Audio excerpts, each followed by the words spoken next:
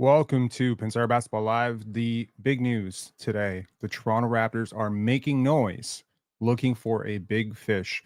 And I know what you're thinking. They already have a big fish. His name is Scottie Barnes. They just added another big fish, Brandon Ingram.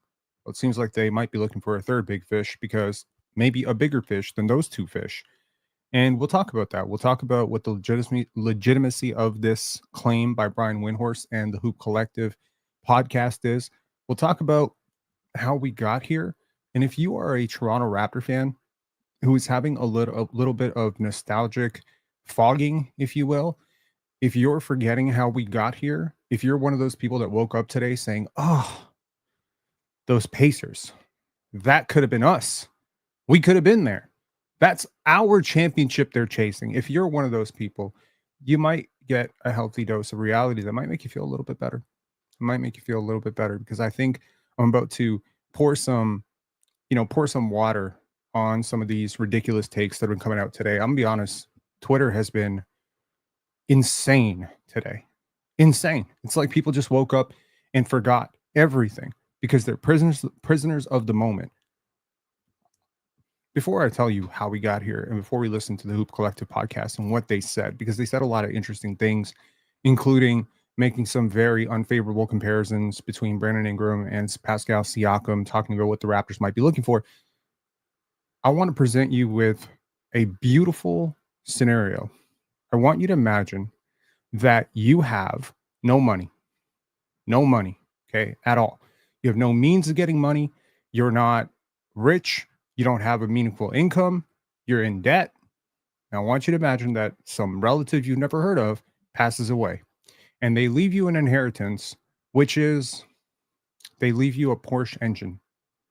They don't leave you a Porsche. They don't leave you keys to a Porsche. They don't leave you a mansion. They don't leave you anything. They just leave you a brand new engine to a Porsche. What do you do? What do you do? If you're an idiot, you house this Porsche engine and say, one day I will make up the money to buy a Porsche without an engine and then I'll have an engine. Or if you're smart, you'll sell it immediately because you have no means of acquiring a Porsche. You don't need a Porsche. What you need is to get out of debt. And that's, I think, a pretty great analogy for where the Raptors found themselves 2 years ago. Now, I believe that for a really long time, the Toronto Raptors operated in a league, which is the NBA, which functioned on the basis of strongest link. This theory of strongest link comes down to who has the best player wins the matchup. And this seemed to be pretty true when you saw teams that were pretty gutted with depth. You know, if you think about Kendrick Perkins starting in the finals, you see Joel Anthony starting in the finals. There were some very questionable depth teams that won on star power, right? They didn't have like 10 guys, they didn't have 9 guys, they didn't have positive defenders across the board. But the league has moved much more towards soccer in that it really does matter who your weakest link is. It matters that you don't have a bench. It matters that your point guard can't guard his own shadow. It matters that your big does not protect the rim. And everything in your organization and your coaching philosophy now orients itself towards masking your biggest weaknesses so that your strengths can actually flourish. I will argue very strongly that the Knicks were the more talented team, but I would also argue they were the team with the more holes. They had 2 gigantic holes that they could not overcome defensively. They tried staggering minutes, but then they didn't have enough offense. It was a cascading effect of trying to solve one problem and creating another problem. They didn't have the type of ball handlers that the Pacers had. They didn't have the type of spacing that the Pacers had. They didn't have the size on the wings the Pacers had on the bench. They played 2 small guards. The Pacers really don't play small guards, with the exception of TJ McConnell. Everyone else has a pretty plus wingspan and pretty big size, and that just kind of makes a difference. That IQ makes a difference, right? So it does matter that team that you're nostalgically remembering, the Toronto Raptors, and that starting 5 that everyone wants to talk about, Scottie. And what if we still had Scottie and Gary Trent and Pascal Siakam and OG and Fred or whatever and Jakob? Like, what if we still had that 5? Well, what did you have behind that 5? You had Precious Achiuwa, who didn't play at all, right? He played like 2 minutes. What did he play in the conference finals? You had nothing. And the most horrible part about it, you'd already traded this potential, first round pick for Jakob Poeltl in 2 seconds. So you didn't have any developmental pieces behind. Like, you tried to milk something out of guys like Delano Banton and Malachi Flynn, and praying that one of those guys would develop. And you kind of assumed that maybe Gary Trent was young enough that at that point he could still blossom, but none of these guys worked out. None of these guys were the type of guys like an Aaron Nesmith that you can plug into a 16 win playoff run and actually win a championship. And so what you had was a bunch of spare parts and no car to put them in, and no means of acquiring those spare parts without trading one of these pieces. And the minute Fred walked out the door, you were faced with an even worse situation, because refusing to pay Fred VanVleet put you in a situation where now you had to stare down this new CBA, this potentially, devastating consequence of becoming an apron team. For what? For what? Pascal plus Scottie plus OG, that gets you through the East? Hell no. And the Raptors are not aiming to get through the East. The Raptors are aiming at what the Oklahoma City Thunder are aiming at. They're aiming for a championship window which lasts 6 to 7 years. So I want to imagine, to all the people out there who are saying Masai's cooked, Masai's an idiot, I want you to imagine the situation that Masai Ujiri found himself in 2 years ago. Here's the situation. You had Pascal Siakam approaching an extension. He was extension eligible, and you did not want to pay him. He could have, at the time, and he was gunning for it, as you recall, made All NBA. If the Raptors make the playoffs and enough guys fall out, and voters love Pascal, voters have always loved Pascal, if they just want to give him that edge, and don't tell me voters don't do this. They did this for Jaylen Brown, and Pascal Siakam is certainly as good a player, if not a better player, than Jaylen Brown.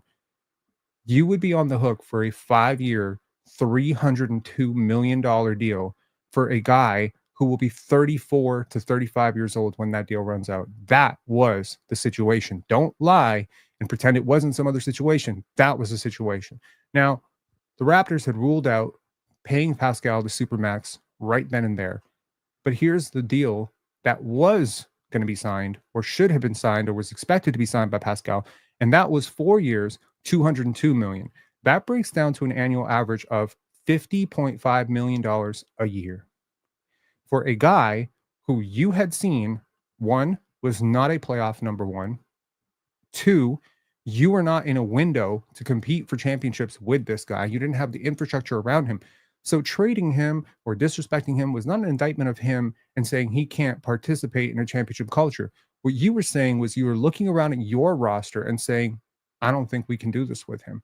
And if you need any evidence that what I'm telling you is true, please note that this same front office, the same front office that a year and a half later traded him, is the same front office that parsed out so many picks in order to get the type of center in Jakob Poeltl who could help him. This front office showed faith in that team, and that team lost to an 8-year-old girl screaming at the top of her lungs in a play-in tournament to a team that proceeded to get bounced in the same play-in tournament and didn't even make the playoffs. So for you, if you're doing the evaluation, you were the 10th best team in the Eastern Conference that year.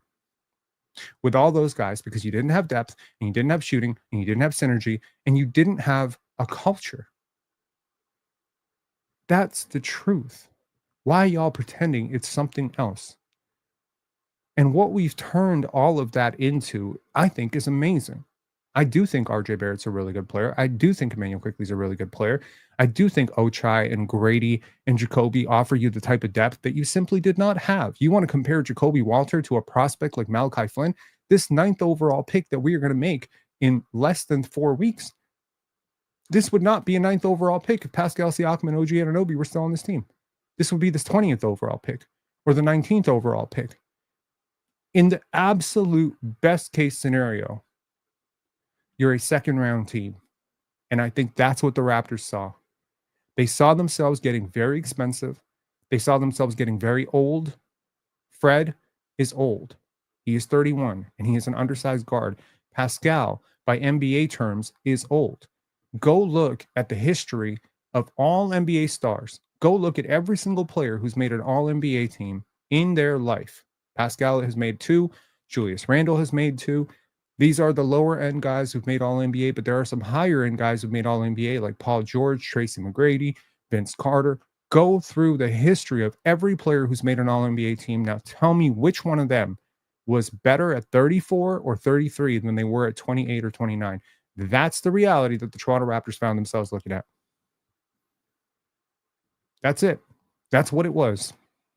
You looked at the situation and you said $50 million for this when we're not contending does not make sense. The Raptors are not, however, hopeless because they do believe that they have the type of guy who can lead them there. In 2019, 2020, they assumed that Pascal was going to be that guy that was going to lead them there. The playoffs, the bubble, Tampa, the playoffs again.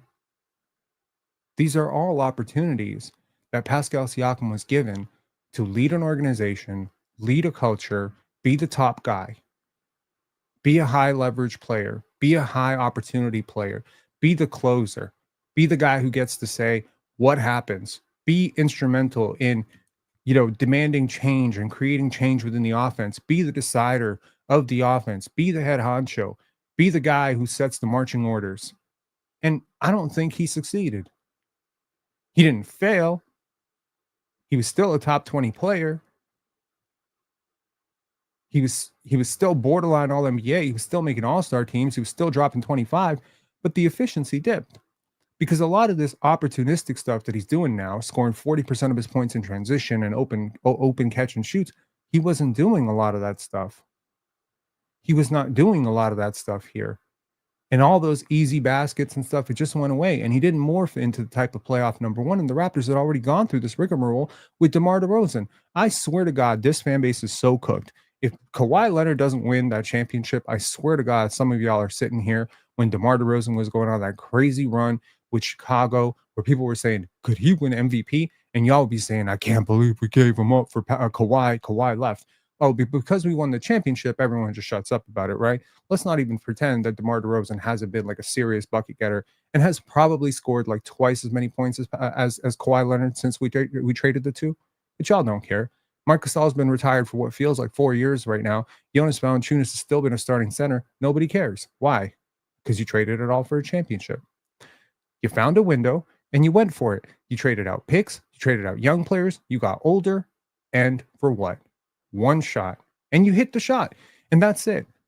But you had one championship window. And I think what that entire situation reminded Masai Ujiri or taught Masai Ujiri and Bobby Webster was, next time we want a bigger window. We don't want to be in this situation where we open a window and our best player is a 32-year-old. We don't want to do that. Go look at all the championship teams that never became championship teams, but they were championship caliber. Go look at that Sacramento Kings team led by Chris Webber and led by Pedro Stojakovic and Mike Bibby. They gave themselves a solid 5-year window, man. Solid 4 to 5 year window in which their pieces were relatively young and they were building around like a 26. Look at the Spurs, through the 2000s. Like, this is a team that opened up windows and closed windows and opened up new windows, but consistently they were refreshing this idea of we got to give ourselves a 3 to 4 year chance. We got to give ourselves a 3 to 4 year chance. And so, when Pascal was 25 and he signed that first deal, you had a 5-year chance. But by the time you traded him, that chance was just about closed. And you had been in Tampa, you'd failed in the bubble, you'd gotten bounced in the first round by Philly, you had a play-in disaster against Chicago. Y'all want to pretend that shit didn't happen. It did happen. All of that happened. And asking Masai Ujiri to sign up for more of that going into the regression of the career is stupid. Now, Pascal is succeeding in Indiana, and some people they can't take it. They can't take it. They're happy, through the side of their mouth, they're happy. But then there's a part of them that's just like, why not me? Why not me? Why not us? He could have done that here. No, he couldn't have. You didn't have Tyrese Halliburton, and you didn't have depth, and you didn't have a means of acquiring Tyrese Halliburton unless you were willing to trade Scottie Barnes. Now, that's questionable for some people. Some people would be like, yeah, I'll happily trade Scottie Barnes for a demon like Tyrese Halliburton. I hope y'all keep the same energy in 2 weeks when this Pacers team gets dog walked by the OKC Thunder and they get really exposed. I really hope you keep the same energy. I really hope you do. But meanwhile, I'm not a Pacers fan. I don't live in Indiana. Thank God for that. I am a Raptor fan. And I personally am very happy about what's on this team because what's on this team are demons and players that I really do believe in, players that have upside. I believe that this team is really oriented towards the weakest link theory that I presented earlier in this live. I believe that this team has a chance to be really damn good next year. And I don't think a lot of people realize who they added. They added Brandon Ingram. And some people want to say, like, Brandon Ingram is chop liver. Brandon Ingram is not chop liver, man.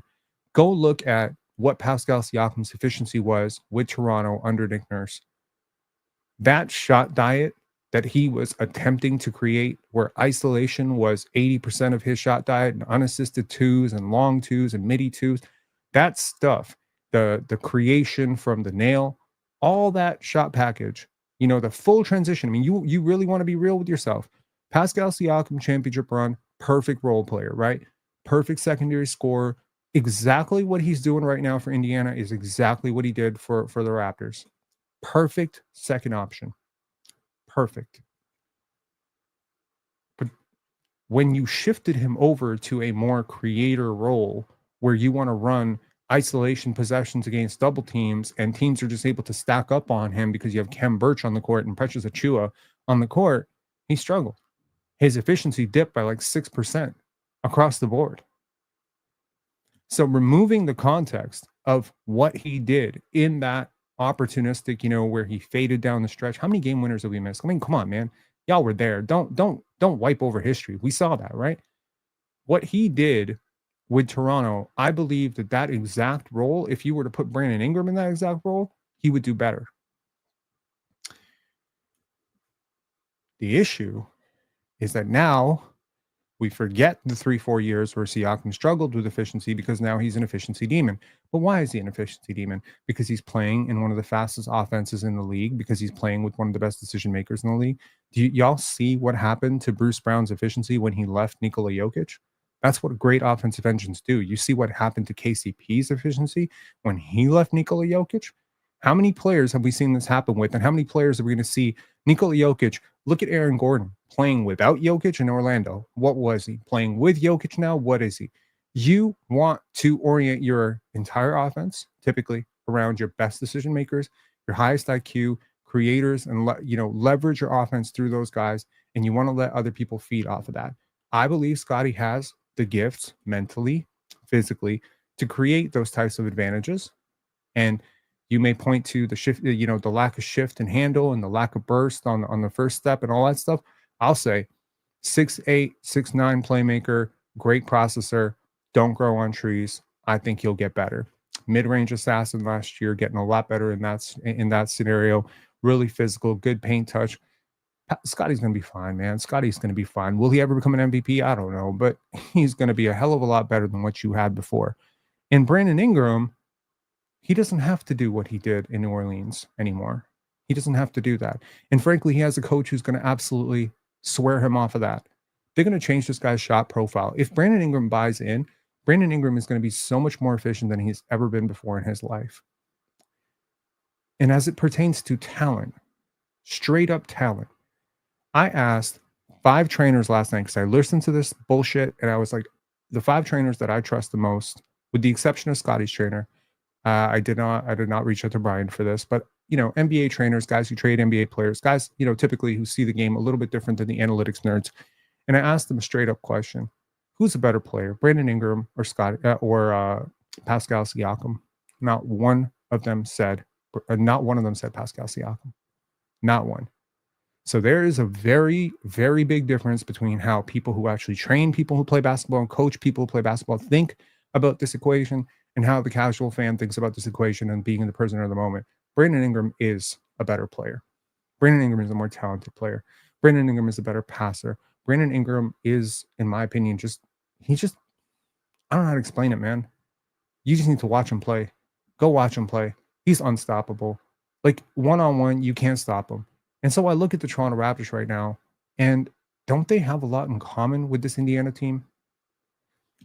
There's no top 10 player on either team. Let's just throw that out there. Siakam ain't it. Scottie ain't it. Halliburton ain't it. BI ain't it. None of these guys have jumped into the upper echelon of top 10 guys in the NBA. That's your Tatums, your Giannis's, Embiid when he's healthy, Jokic's. None of these guys are on that level right now. Cool. But the Pacers are still in the finals. How? Why? Well, apart from the obvious thing, which is they have an abundance of talent and a play style that optimizes all those people, I think it's because the pace at which they make decisions and force the defense to make decisions is absurd. They play 0.5 basketball. If you are a student of the game, you will understand that there are parallels between how the Pacers play basketball and how the 7 seconds or less Suns played basketball, how the beautiful game Spurs played basketball, and what was the premise of that. Manu Ginobili, great decision maker. Boris Diaw, great decision maker. Tony Parker, great decision maker. Rashan Esterbich, when he was playing with them, really above average passer for his size.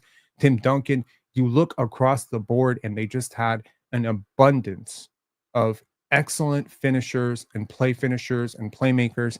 And if you go back and really go type in, when you have some time on YouTube, beautiful game Spurs, and go watch them play, and then go watch Indiana play and tell me if you see the parallels. The difference, of course, is Tim Duncan is 100 times better than any player currently playing for the Pacers. But apart from that, they're not that dissimilar. The philosophies are the same. The actions are very similar. They're poaching. They're poaching from that because what the Spurs did was they may not have had the best player when they went up against Kobe and Shaq, but they did have the deeper team. They did have the better philosophy, and they never went back to back.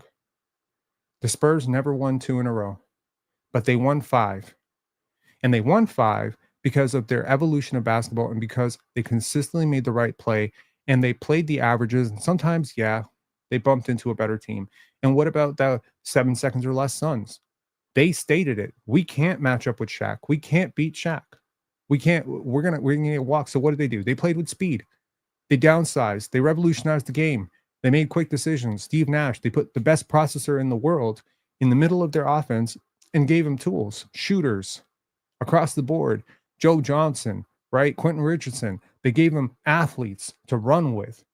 Kind of reminds you of Obi Toppin and Miles Turner and Pascal Siakam, right? Siakam and Amari Stoudemire. That's similar to me. Nash, probably better than Tyrese Halliburton, but the archetype is similar. You get the point. That's what they're going for. You know what all these teams had in common? The ones that won a championship had Tim Duncan. And the ones that didn't have Tim Duncan. At some point, you do need that A1 premium Porsche to get you over the finish line. You do. And you know what? If you don't bump into a team that has a guy like that, cool. So that's what I'm saying. I'm saying that at some point, you look at the Toronto Raptors, what do they have? RJ Barrett's evolution as a playmaker out of the pick and roll is awesome. It's not something that he's ever done before, and I think the growth was tremendous. Immanuel Quickley has transitioned to an actual point guard. I will remind you, to those of you who didn't watch Immanuel Quickley in New York, they tried him on the ball more in his second year, and he had a terrible run at it. He was horrible. And at that point, they realized that he probably wasn't a point guard. The Raptors saw Immanuel Quickley and said, we want to try this again. And they gave him free reign and free run through his 33 games last year. And some of y'all are too busy saying he's injury prone and that blah, blah, blah, blah, blah. He's never been injury prone. Last year is probably an aberration and probably, a bit of an outlier season. If he's healthy, he is perfectly reasonable. He is a perfectly good basketball player, man. And he shoots the shit out of the basketball. I think he had a down year in terms of shooting, but his impact metrics are off the charts. He had a 3-to-1, 3.5 to 1, 3-to-1, or 3.5 to 1 assist to turnover ratio last year. That is very good for a player who was asked to do very much in very poor spacing. He's going to get better. Brandon Ingram is one of the best passers in the league. I want you to imagine a starting lineup next year of Jakob Poeltl, way above average passer for his size. Brandon Ingram, one of the best 6'9" passers in the league. Scottie Barnes, the other best 6'9" passer in the league. RJ Barrett really evolved to the point where I last year was saying he's a borderline playmaker point guard. Like he has, like I have argued that he might be more of a point guard than Quickley, and then Quickley, who has evolved a lot in that way too. Is Quickley your worst decision maker in your starting five? Like, I mean, that's insane because he's not a bad decision maker. You have 5 playmakers. By my count, that's better than what the Indiana Pacers have. They have 3. In Siakam, Nembhard, and Halliburton, you have 5. 5? Jacoby's not a bad playmaker. Grady's not a bad playmaker. I'm going to assume your 9th overall pick's not going to be a bad playmaker. So really, your only bad playmakers, like what? Chris Boucher, probably not coming back. Who is your bad playmaker? Jonathan Mobo is a very good passer.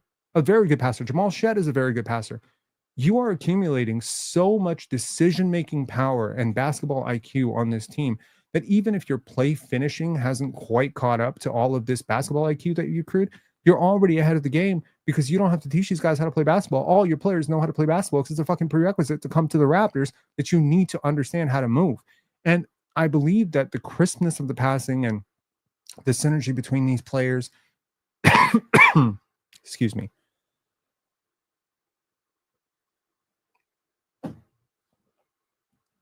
and all of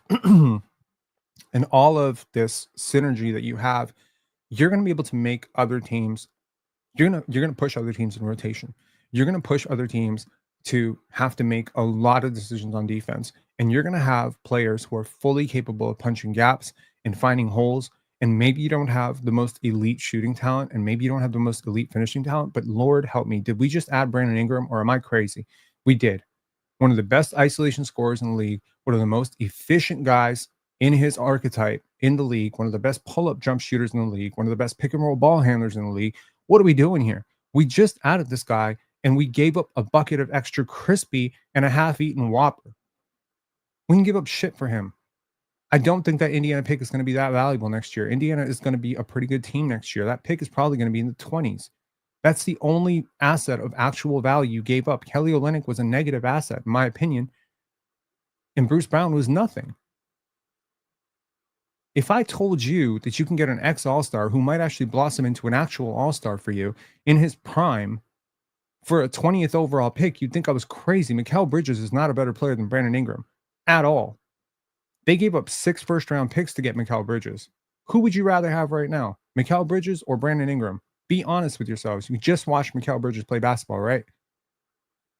If the Knicks had Brandon Ingram, a healthy Brandon Ingram, they beat this team handily. That's the gap. B.I. is a really good player. I don't think people realize that. So all in all, to say, this prisoner of the moment bullshit, miss me with that shit, man. Next year, stay on that side. When B.I. dropping 30 every now and again, you know, every other night he's putting up these crazy numbers, and you haven't seen a player this skilled as a shot maker since Kawhi.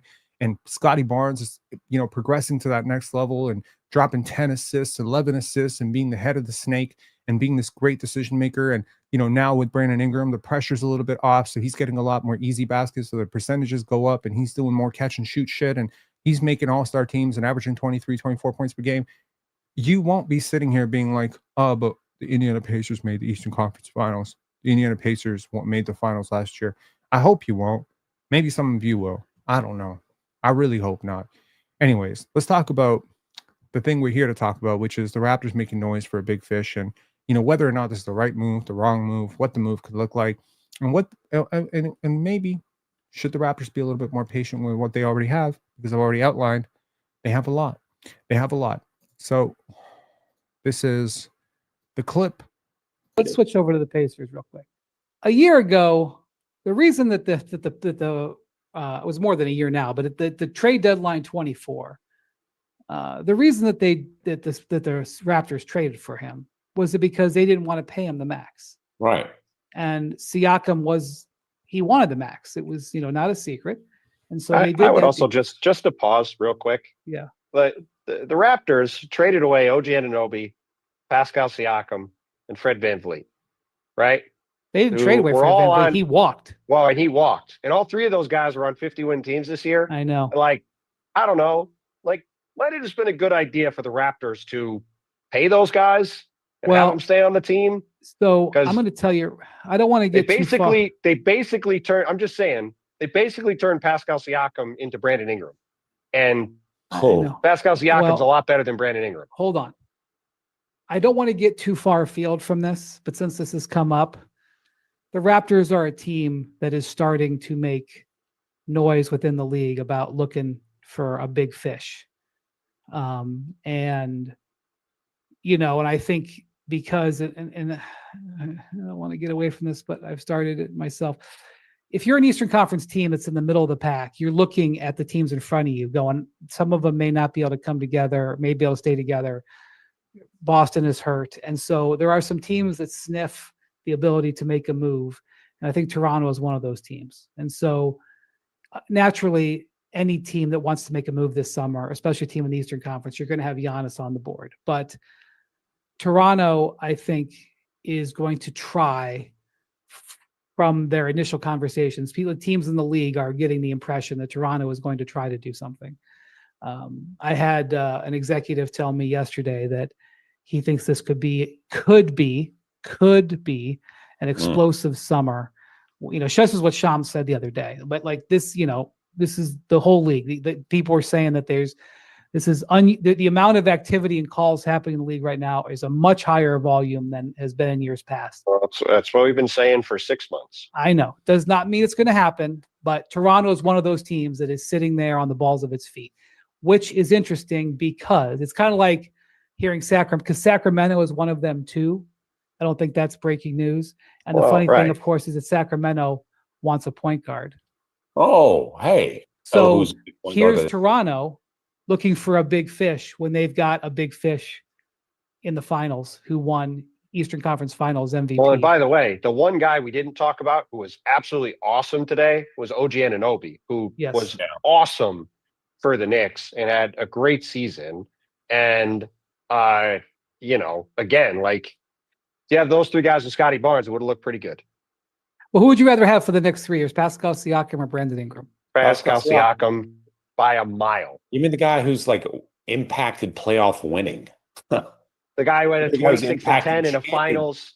The guy who had 26 and 10 in Game 6 of the NBA Finals and had 3 30-point games in this series. Yeah, I'll take that guy. And look, please, like the Eastern Conference MVP Finals vote was 5-4 Siakam over Halliburton. If it had gone the other way, fine. Halliburton definitely took a step forward, and they said Eastern Conference Finals MVP, and then took a step back with Pascal Siakam. But dude, Siakam was awesome in every win they had in this series, and he's a guy who you don't have to like tailor everything to him. You don't have to like run everything hardly any plays for him. He's just outrunning everybody, scoring in transition, picking stuff up in garbage, and then taking advantage of some opportunities in the half court. But he's a huge matchup problem, a good defensive player. Well, Brandon Ingram the next 3 years will make $40 million on average. And Ingram has to have the ball. Siakam can impact games without and he doesn't shoot threes, and he's not a great defender. Like Pascal's just a clearly better player. And okay, so many things wrong with that. I mean, the BI and Pascal discussion, I mean, whatever. At this point, it's whatever. I want to remind you who Brandon Ingram is. This is his introductory press conference, just in case some of y'all forgot. It's been a minute since he came. I just felt like we let Brandon Ingram remind you of who he is. What have you heard about how the Raptors are hoping to adjust your play as you, I guess, over the next few years here? Well, the first thing that I heard is, they want to make me an all-star again. I'm going to be a big part of, what they do going forward. And I just want to, I want to come here and learn. I want to come here and be a sponge. At the beginning of the year, every time the schedule comes out, the first team we mark is Toronto. And I don't think it's ever for the team. It's always for the city. In New Orleans, the media coverage isn't great amongst, amongst the U.S. or global. I've been not talked about a lot. I've been injured a little bit, so, I've been forgotten a little bit. So I feel like, coming in Toronto, I have a good chance to sprout a little bit. I just knew I needed a fresh start somewhere where guys played hard and, they listened. And I heard good things about Scottie. I heard good things about Quickley. And, I thought it was a good fit offensively and defensively. And, Darko had a play in that too. I see that your guys are here, which I think is a showing of just how they're all here. Is there anything that you'd like to say to them of just your commitment to them, the way that they obviously committed to you? But I appreciate everybody for, welcoming me with open arms. Cole, that's going to be my dog. That's going to be my rook, Scottie, I appreciate him. I think he's going to bring the goofy side out of me. And to anyone who maybe has selective amnesia, I did run a poll. Who would you rather have? Brandon Ingram is winning that poll, 71%. So good for this community. I will remind you, not only did you get Brandon Ingram, you also got Jacoby Walter and Ochai. So it wasn't a 1-for-1 deal. And it's pretty cool that this is the case when, in the moment, we got Pascal Siakam winning Eastern Conference Finals MVP. And I'm not waiting for the offseason. I'm not waiting for, Siakam and them to go down like 2 and for Siakam to have 6 points against OKC and then running the poll. No, I'm running it at the height of Pascal Siakam's individual career. I'm running that poll. And I want to remind you, this is who Brandon Ingram is. Here's a couple of, plays of Brandon Ingram, just, I don't know, maybe y'all need this. Like maybe we as Raptor fans just need to remind ourselves who the hell we got. Yeah, ironically, that's against the Pacers. And that's against Pascal Siakam right there. Oh, look, it's another game. It's another play against Pascal Siakam. I mean, dude, this guy is so good. Like, look at how he navigates these tight gaps. Like, this is playoff basketball. That's the epitome of playoff basketball, right? Here he is against the Raptors. Jordan Nwora. Goodbye, Jordan Nwora. See ya, Jonte Porter. I wonder if Jonte Porter bet on that dunk. He took the over on Brandon Ingram posterizing him. Look at the tough shot making. Like Brandon Ingram over Anthony Davis, the guy who he's traded for, ironically. And it's just like you see some of these plays, and look, Brandon Ingram has always been one of my always been one of my favorite players in the league. I made a post I think 2-3 years ago of all my favorite players in the league, and BI was one of them, and OG was one of them, and Halliburton, I think, was on that list. And, Scottie was obviously on that list, and KD was on that list. There was a lot of players on that list, and BI was one of those players. But I always felt like, as a Brandon Ingram fan, that I was sort of being cheated, right? Out of what I considered to be one of the best scorers in the league. I genuinely watch him some nights, and I think he's right there. Devin Booker, Kevin Durant, on any given night, he could look as good as those guys, right? Terrence Davis saying he cooked us for 42, and we couldn't do jack shit about it. We couldn't do anything with it, right? And Scottie was playing that game. So, if I recall correctly, Scottie was playing that game.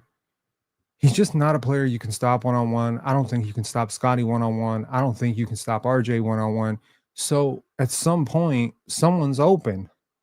And so now you need to surround these guys with a little bit of spacing and a little bit of shooting, right? And yes, he is only 27. He's going to be 28 to start the year.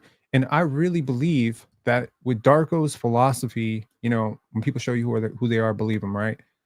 When Darko started to try and invest in trying to make Chris Boucher a better player, when he, when he pushed into Malachi Flynn and trying to make him a better player, Dennis Schroeder trying to make him a better player, I really realized this guy does not see growth as limited to guys who are young. No, he's trying to make 32-year-olds better. That's exactly what he's done with Jakob Poeltl. Would you or would you not agree that Jakob Poeltl just had his best offensive season ever? Let me know, chat. Did Jakob Poeltl just have his best offensive season ever?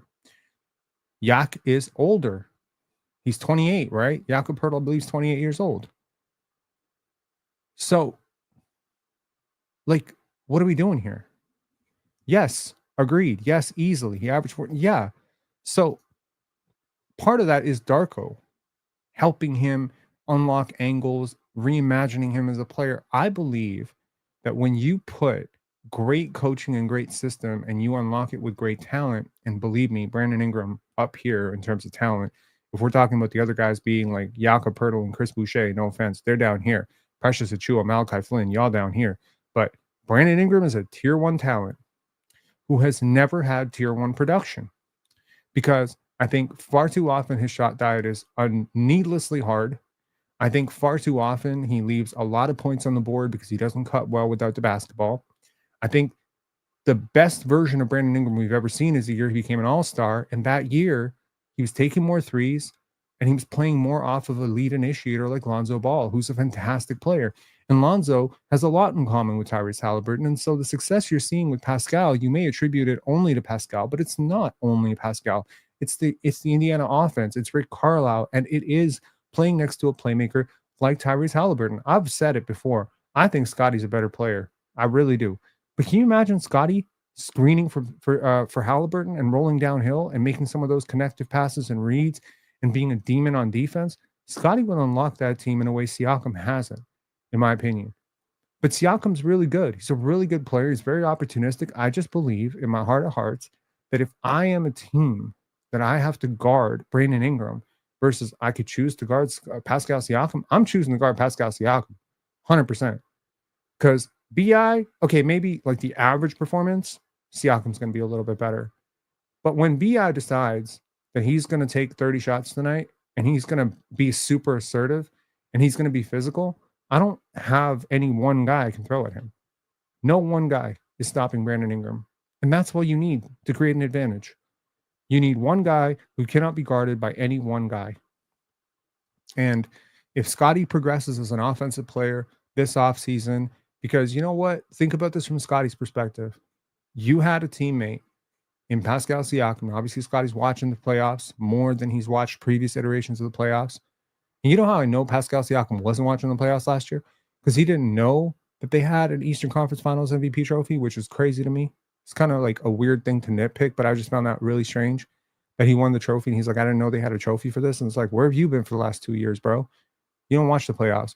But Scottie is watching the playoffs, and he just watched his ex-teammate, who he loves and adores and is still rooting for, and he just won Eastern Conference Finals MVP. And Scottie is not stupid. He knows that the Raptors chose him and chose to build around him over the guy who went and won Eastern Conference Finals MVP. To me, that's motivation. I don't know how Scottie's processing that information, but that's motivation. They traded me for the future fucking MVP of the Eastern Conference Finals? Damn, they must think a lot of me. And I think, friendly banter, friendly competition aside, brotherly love aside, ex-teammates aside, there is a competitive side to sports where when you tell me that you're clearing the runway for me to take over, and ultimately this guy is being jettisoned off because he doesn't sit in my timeline, even if I love the guy, I have to realize every time I see him, it's sight unseen. I got to cook this guy. I got to cook this guy. I got to outperform this guy. I may be rooting for him when he's not playing against me, but if we play each other, it's on. I'm putting 40 on you. I'm gonna remind Masai Ujiri why he made this decision. So Scottie is motivated to win, and I'm sure he is, because he's been watching the playoffs and he's watching these guys and he's watching. Look at Scottie. Look at Scottie's entire. Imagine the last month and a half of his life. He's watched his high school teammate Moses Moody, his high school teammate Cade Cunningham, his draft classmates in, Franz Wagner in the playoffs. He's watched ex-teammates OG Anunoby and Pascal Siakam in the playoffs. He's watched the player that he's been frequently compared to in Paolo in the playoffs. He's watching his ex-teammate Gary Trent in the playoffs, Fred VanVleet in the playoffs, and he's sitting at home rollerblading and on Twitch streams and working in the gym and trying to get better and down in Florida and taking a boys' vacation over to Thailand. And he's just looking at all this saying, shit, when is it going to be my turn? And if he decides that his turn starts now, God help us. God help the league. Because you're going to stop 5 decision makers this good. You're going to stop Brandon Ingram and Scottie Barnes. Who is stopping those two? Do y'all remember Scottie's efficiency when he played with Pascal and OG? It was great, right? Why? It was easier. It's easier to score when you have another all-star teammate. But you haven't had an all-star teammate in a year and a half, and shit's been real hard. But you know what? Most of those superstars, they play with other all-stars. It's not like Shai Gilgeous-Alexander is not facing some complications when he has lineups without Chet and J-Dub. Yeah, I think if you think about it, I mentioned this in last night's live too, right?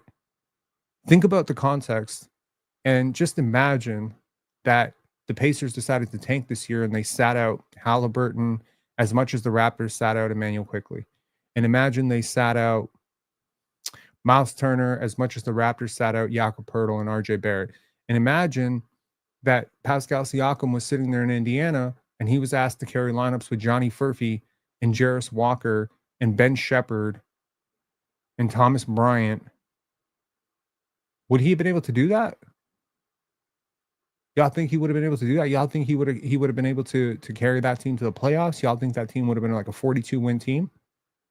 No, they wouldn't have. So don't ignore that. I don't know who you guys think the second best player on the Raptors is. I don't know who y'all think the first best player on the Raptors is. I'll give you my list. I think Scottie's the best player. I think Brandon Ingram's the second best player. I think Immanuel Quickley is probably the third best player. I think RJ is probably the fourth best player. You can switch RJ and Immanuel Quickley if you want, but let's call them both three. We can call Jakob Poeltl the fifth best player. Find me a team that can miss their second best player for the whole season because Brandon Ingram didn't play 1 minute. Their third and fourth and fifth best players for almost half the season on average and still be really good and not suffer like 25 to 20 win declines. So, I mean, and shit, the Raptors had to like pull their starters. They had to like play these funky lineups. They had to play some gimmick style defense to try to lose these games. How far do you think this team is from like 45 to 48 wins? I think they're right there. I think they're there right now. I don't think they have to do anything. This 9th overall pick can come in and do jack shit. I still think they're a 40-plus win team next year. But if this 9th overall pick hits and they make some, let's call it big fish move. I don't know who the big fish is. I mean, this shit could turn into like a 55-win team real quick, wouldn't it? And then you think about also, there is some upside in this roster, right? We did see Ochai Agbaji have the best year of his career, right? We did see that. Y'all really need to go back and watch Jamison Battle before he got to the Ohio State. There's nothing at age 21 that tells you that Jamison Battle is going to be an NBA player. Not one. He wasn't on NBA radars at all. So this guy has found something over the last 2.5 years that's allowing him to develop in a way that he wasn't developing before. Y'all think that Jamison Battle just went through 4 years, 5 years of college and shot like 50% or 40% from three. He did not. He was like a 34, 35% three-point shooter. And then suddenly last year, and then of course his first year in the NBA, this guy can't miss. He's made a change. He's linked up with his trainer and he's made a change. This guy could get better. We don't know where Jonathan Mopo is going. I'll tell you one thing, though. People did not see Jonathan Mopo as an NBA player 3 years ago. There is nobody who had this guy in NBA. He's going to be an NBA. No. Even going into last year's draft cycle, he was mocked consistently as like out of the second round. He was supposed to go undrafted. Jamison Battle was never supposed to make the NBA. Jonathan Mopo was considered undrafted. Jamal Shed, by most mock drafts, was like the 55th pick. Ulrich Shamshay was a complete flyer. Apart from Jacoby, none of these guys are supposed to be there.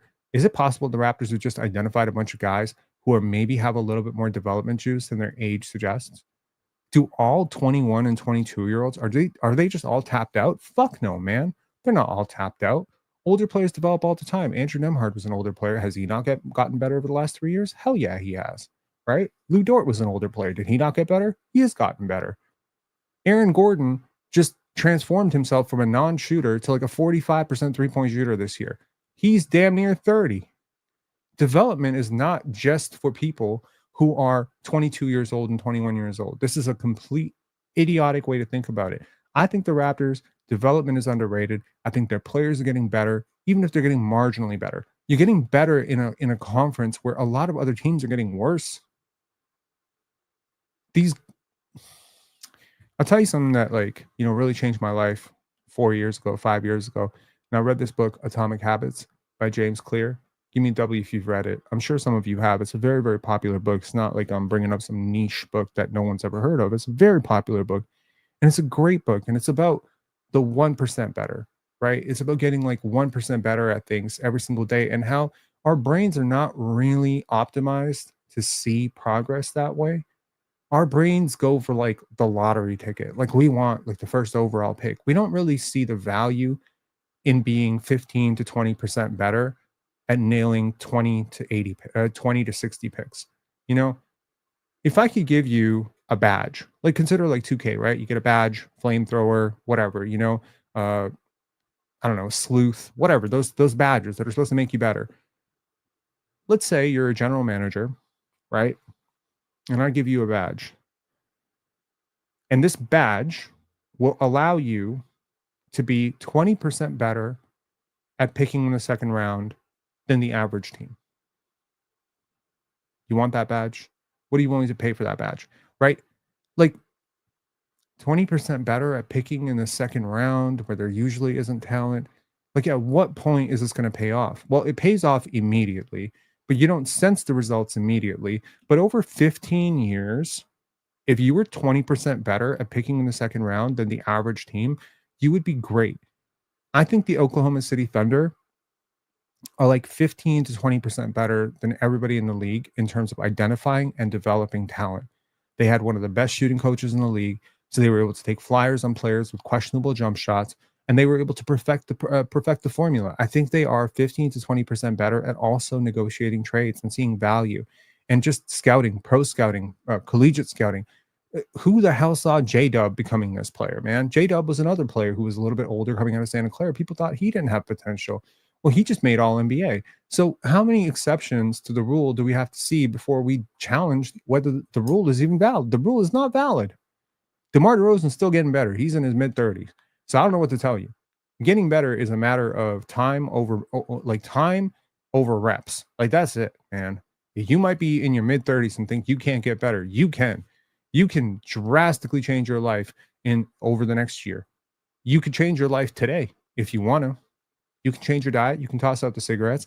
You can pour out the liquor. You can go to the gym and start a movement. But what I'm saying is, our brains, they just don't see 1%, man.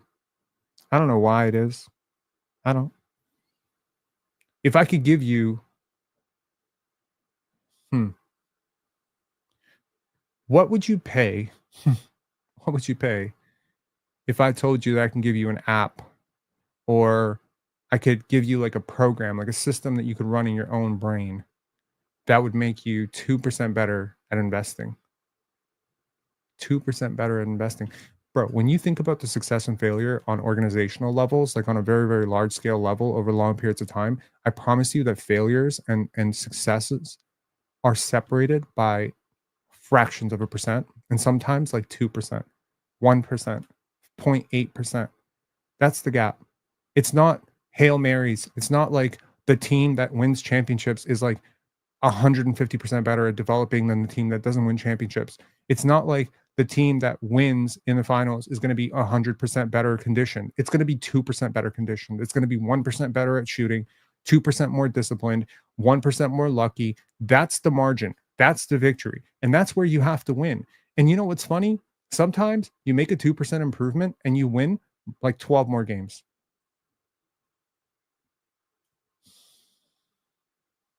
It's crazy. When you think about this from the numbers perspective, the Raptors are not that far away.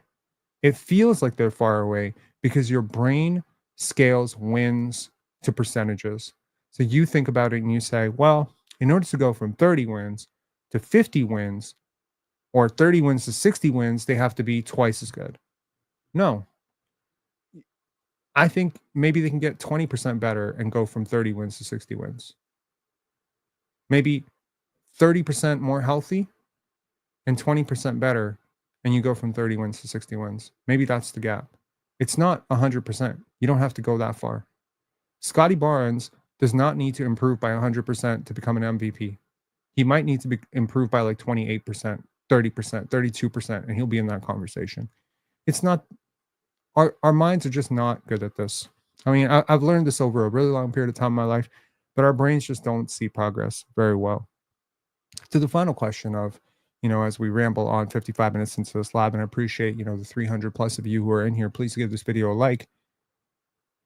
What's the move? There really are a few doors here the Raptors can take. Door number one, play it out. Believe in your core that you've established. Wait and see with Brandon Ingram and RJ Barrett, Immanuel Quickley. Wait and see what kind of jump Scottie has taken this offseason, if any. Not guaranteeing a jump, but, I think one is coming. Try to see, what kind of progress you have in Grady and Jacoby. See if you can get off to a hot start next year. And then maybe explore a deal at the trade deadline. If you're winning and other teams are losing, there might be more opportunities. Your pieces might be worth a little bit more. But unfortunately, it's not necessarily going to work out that way, because if you think about it, the teams that will be looking to sell will be looking to get worse, not better. So at that point, RJ Barrett being better or Grady being better isn't really going to move them that much.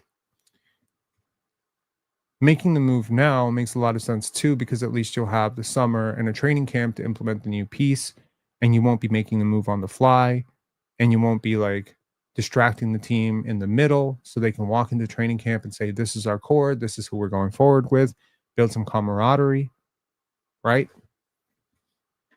This is a team that has shown an unwillingness to put players that they value, at least in bad situations. So I don't think that it's going to be like RJ Barrett goes to Charlotte. I don't think they're going to do that to RJ. If they're going to send RJ somewhere, it's going to be a place that's going to pay him and a place where he's going to do well. That somewhat limits your options a little bit, but maybe there is a team that needs an RJ Barrett, and maybe you need to make that move. Maybe you want to part out with some pick equity. Maybe you want to trade number 9. Maybe you don't believe that the player that you pick at number 9 is going to help you win as much as you need to win this year. Maybe you have a little bit more belief in players like Jacoby and Grady and Jonathan Mobo and Ulrich and some of these players like Ochai Agbaji and Jameson Battle, these young hypotheticals on your bench. Maybe you're just like, we don't need more young players. Like, sure, if we were getting Cooper Flagg, we'll take it. But short of that, we don't have the time to develop a Carter Bryant or a Kaman Malawach or a Derek Queen. We don't have the time to go through the reps that these guys are going to need when we're already trying to get reps for Grady and Ochai and Jacoby. All guys who, by the way, to some extent or another, lose their minutes. Jamal Shed loses his minutes. Jonathan Mobo, for the most part, loses his minutes. How many players can you have on the court at the same time that are losing their minutes before you combust? It's not like you have some super margin of, it's not like you have like some sort of crazy margin of error where, we have LeBron James and Dwayne Wade. So yeah, we can play a couple of players who lose their minutes. No, you don't have a margin of error. You don't. So you actually do need Grady and Jacoby to actually sustain their minutes. You do need Jonathan Mobo to be able to shoot a little bit better than 24%. You do need Jamal Shed to guard his position a little bit better and actually be a shooter. And if he can't do that, he won't play. How many players can you actually develop? This 9th overall pick, if you pick him, he's playing. You're not going to tank the value of the asset right away. You're not going to do what the Magic did with Jett Howard, where you turn an 11th overall pick into nothing. Y'all really upset, huh? That we missed out on Cason Wallace and Derek Lively. Think about the Magic. They missed out on Derek Lively, a player they could desperately use right now, and they picked Jett fucking Howard over him because they needed shooting. So much for Jeff Weltman can cook, right? So that's where I'm at right now. I'm not sure where the Raptors should go, but I am sure of one thing. They're a lot further ahead than people realize. And if you're looking at wins and losses as a barometer for how good this team is or how good they can be, and there's some part of your mind that's saying, nah, a team that won 30 games, they'll never win more than 40 games next year. 40 games isn't good enough, blah, blah, blah, blah, blah. Okay, so I'll ask you the question. The Raptors have had 2 monumental 47-win seasons. I think they might have had 3, if I'm not mistaken. How many games did they win in the year prior to Brian Colangelo taking over when they won 47 games that first year. I venture to think it was 25. So they jumped 22 wins, right? Senior Citizen Support, great name, said big fish meaning free agent or draft. Definitely not free agent or draft. I think they're looking at trade market because they do not have the requisite cap space to actually create that type of, flexibility like in free agency. They can't do it. So hold on. I just want to look at give me one sec, guys. Give me 1 second. I just want to look at the Raptors win-loss record and how much they've jumped across the years. I think some people might find this interesting. Give me 1 sec. So the seasons in question, which were the big jumps, 99 to 2000. Damn. So you went from 23 and 37 to 45 and 37. In fairness, lockout shortened season. I believe that was the year. So that doesn't count as much, but you did jump from 6th to 3rd. The first jump that I'm thinking about is 05-06 when the Raptors lucked in and got the number 1 overall pick to 47. So that's a 20-win jump. So that's happened. 12-13, which was the start of We the North, to 48 wins the next year. That was a 14-win jump. So you've jumped 20 and you've jumped 14. And then I'll remind you that the biggest jump was actually in Scottie's rookie season when you jumped from 27 wins the year prior to 48 wins the next year, which is a 21 win jump. What if you jump 20 wins next year? You're a 50-win team.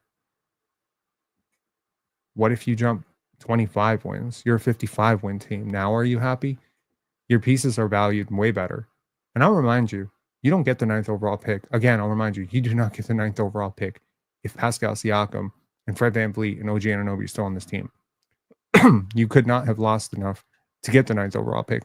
And I'll also remind you that 9th overall was like the worst case scenario. We probably could have, are you feeling better if we had the 4th overall pick, the 3rd overall pick? I just feel like, there's like this bearish sentiment around Raptors land. And y'all want to feel how you want to feel. You knock yourself out. You want to spend the next, couple of weeks feeling sad, like, oh, the Raptors fell down to number 9. Or, you want to talk about prospects that can actually help you at number 9. You want to sit here and drive yourself crazy all off season saying Brandon Ingram's injury prone? Or do you want to think that maybe Alex McKechnie might know a thing or two about keeping guys healthy? You want to sit here and cry all off season that I can't believe we picked Scottie Barnes over, Pascal Siakam. He'll never be better. Or, maybe you want to do a little bit of film study and realize he's already better. And that context changes everything. That's where I'm at right now. In terms of big fish that the Raptors could go for, I don't know, man. What is a big fish? I think everyone's mind immediately goes to Giannis, but I don't know if it's Giannis because Giannis would require probably a parting of too many assets to actually compete, right? You'd have to give up Scottie. You'd have to give up RJ. At which point, what do you really have left for Giannis to play with? Brandon Ingram? Like, is that a championship team? Maybe. I don't think the Raptors will trade Scottie. I really don't. I don't see that happening. It just does not strike me as a Masai Ujiri thing to do. So to some extent, I look at this and I say, could that big fish be a Devin Booker or someone like De'Aaron Fox, where maybe those teams are feeling the crunch of the numbers? If Kevin Durant is moved, could the Suns look to go into a rebuild? Devin Booker already has a great relationship with Darko Rajakovic. Devin Booker is 28 years old. It's pretty much on the timeline.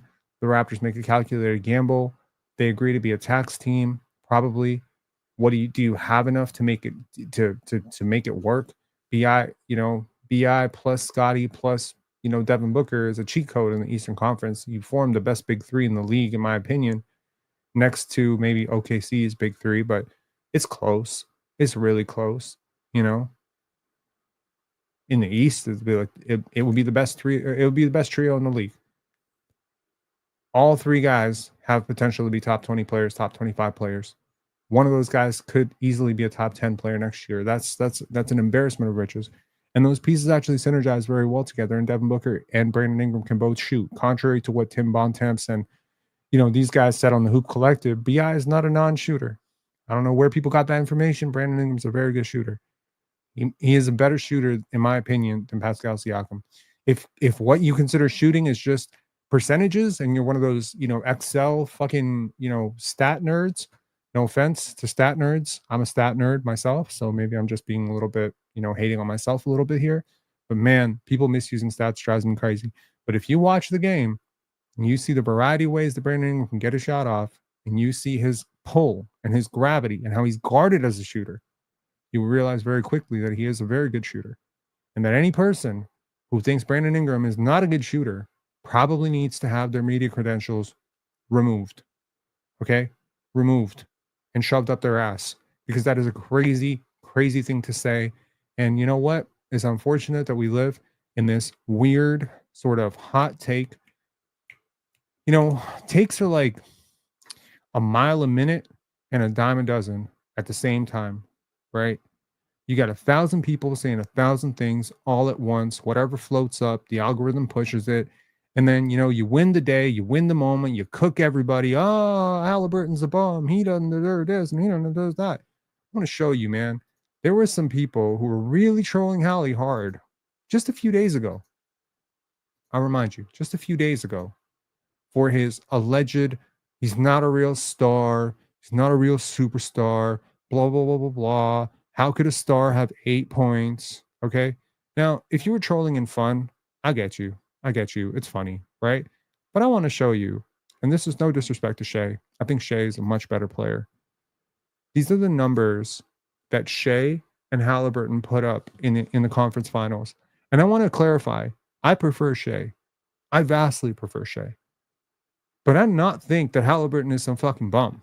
Okay? At all. So I said, who was more impactful in the finals? So there's a lot of conversation, by the way, between Pascal Siakam and, Tyrese Halliburton. And these are those numbers for anyone out there. Halliburton averaged 21, 6, and 10.5 assists versus Siakam 24.8, 5, and 3.5.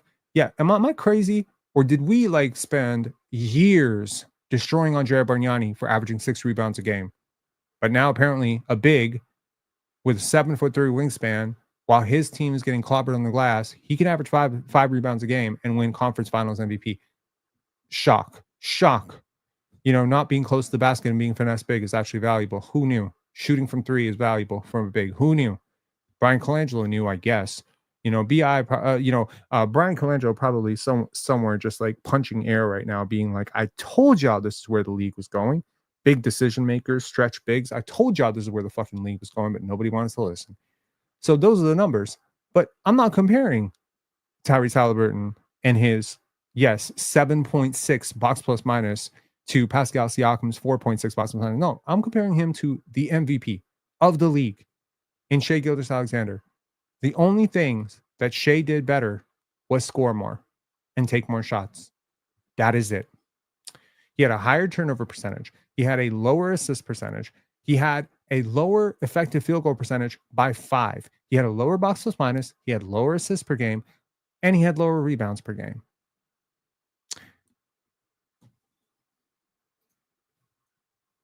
That's how good Halliburton was.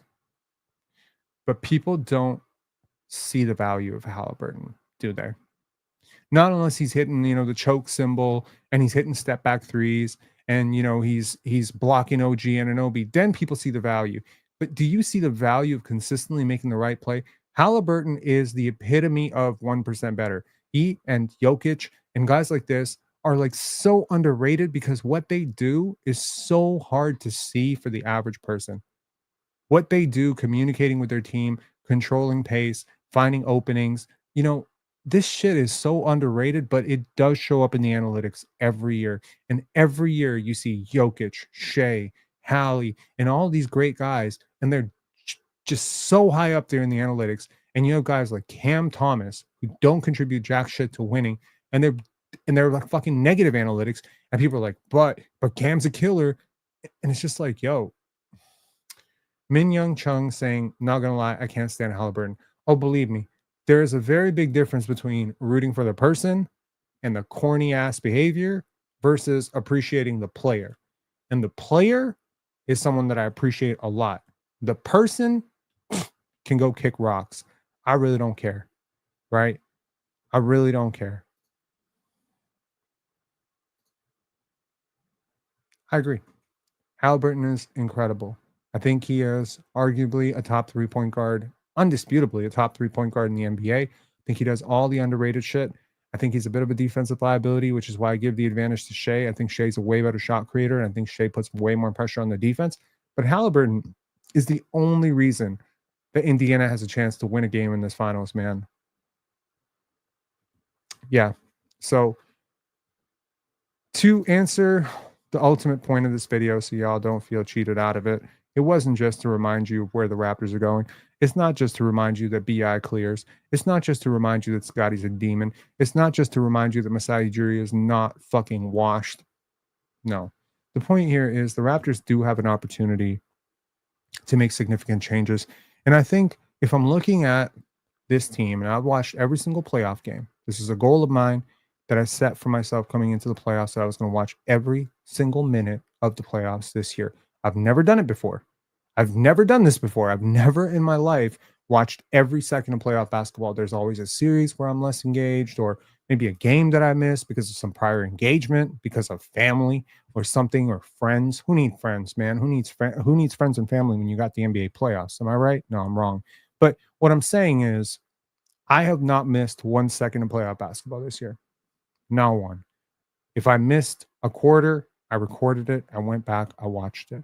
I wanted to see what was actually working, because I think that in order to, and my goal is obviously to be a better analyst and to be a better content creator, but ultimately, I think that this is the thing that has helped me the most as a draft content creator and a draft evaluator, because a lot of people who are 100% focused on the draft, they don't watch the NBA enough. They're not watching what's working in the playoffs.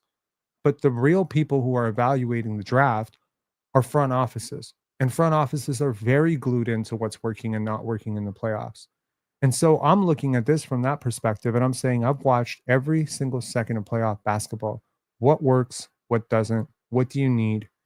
And I think you need some stretch shooting. If there is a player available who plays either the 4 or the 5, please, Lord, stop talking about DeAndre Ayton. If the Raptors trade for DeAndre Ayton, I quit. I'm covering another team. Y'all can do it without me. I'm gonna go cover, like, I don't know, the New York Knicks, or like I will move. DeAndre Ayton, I'm gone. Peace. Domantas Sabonis, no thank you.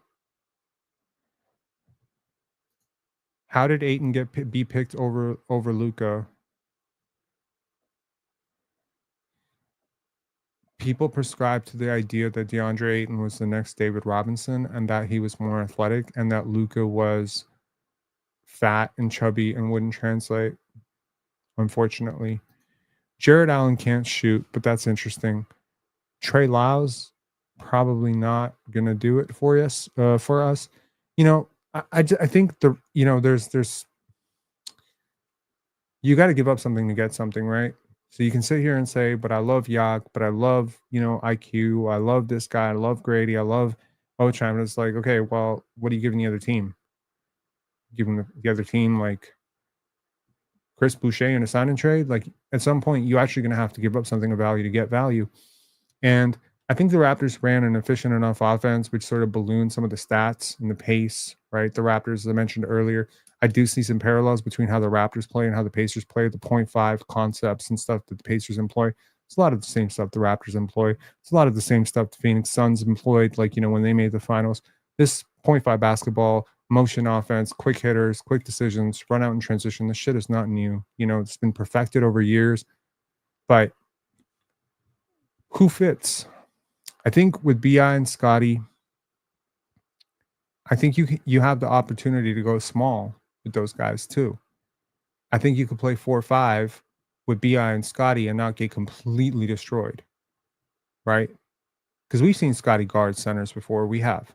So that's a little bit of a lineup wrinkle that the Raptors have where they can go super small with BI, Scottie, RJ, Jacoby, something like that. Grady.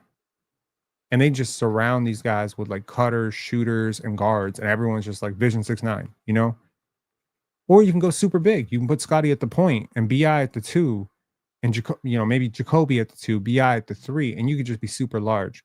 But I think what really unlocks this is the ability to have a stretch big. Now, I'm not saying you can go get Chet Holmgren. I'm not saying you have the money to go get Miles Turner. I'm definitely not saying you have the money or necessarily the scheme to have Naz Reid. But can you get a stretch shooter? Can you get a player who fits that archetype, who can stretch the floor a little bit? Could you find him in this draft? Ryan Kalkbrenner can shoot a little bit. Kamal Malawach can shoot a little bit. Can you at least get there to some extent where you can have that player archetype? Right? Certainly. I mean, the Pacers have how many bigs who can shoot threes? Thomas Bryant can shoot threes. Like, they got a lot of bigs who can shoot threes. Maybe go get one. Maybe go get, like, Quentin Post was almost undrafted last year. He's a big who can shoot threes. Just having that on your bench as a break in case needed, right? The other thing you can do with small ball lineups. Oh, we're about to get alarms.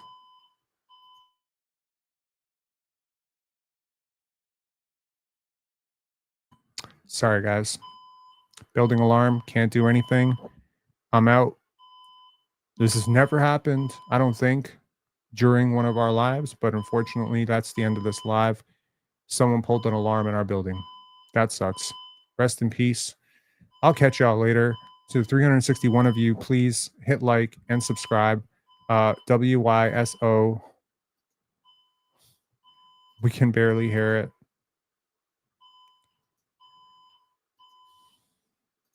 It is insane. It's never happened.